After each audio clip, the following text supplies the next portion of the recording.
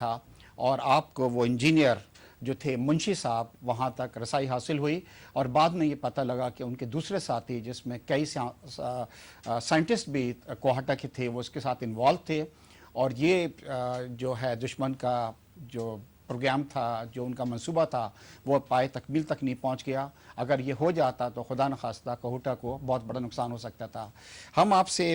تھوڑا سا معلوم کرنا چاہیں گے کہ کس طرح یہ واقعہ تھا اور اس وقت آپ کہاں پہ تھے اور کس طرح یہ آپ کو انفارمیشنز ملی اور آپ نے اس پہ کس طرح کام کر کے اس منصوبے کو فیل کیا. بیگ صاحب میں 77 کے اینڈ میں پوسٹ ہوا تھا سندھ پروونس میں بحیثیت ISI چیف کے 78 میں. اور اس پوسٹنگ کے عرصہ کے دوران میں ہماری ایک فیملی مراسم ایک ڈاکٹر صاحبہ تھیں نفسیات کی, ان کے ساتھ فیملی مراسم ہو گئے تھے.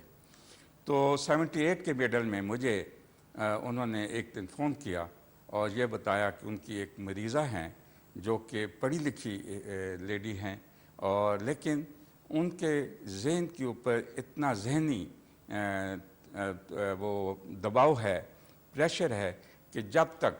اور وہ پریشر اور ذہنی دباؤ اس لیے ہے کہ ان پاس کوئی راز ہے اور اس راز کو نہ تو وہ اگلنا چاہتی ہیں اور جب وہ اپنے دل میں رکھ رہی ہیں تو اس کا ان کے ذہن کے اوپر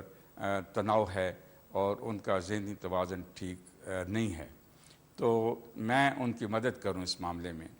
تو بہرحال ہماری اپوائنٹمنٹ ہوئی اور میں ڈاکٹر صاحب کے گھر پہ گیا. وہ لیڈی بھی وہاں پہ موجود تھیں.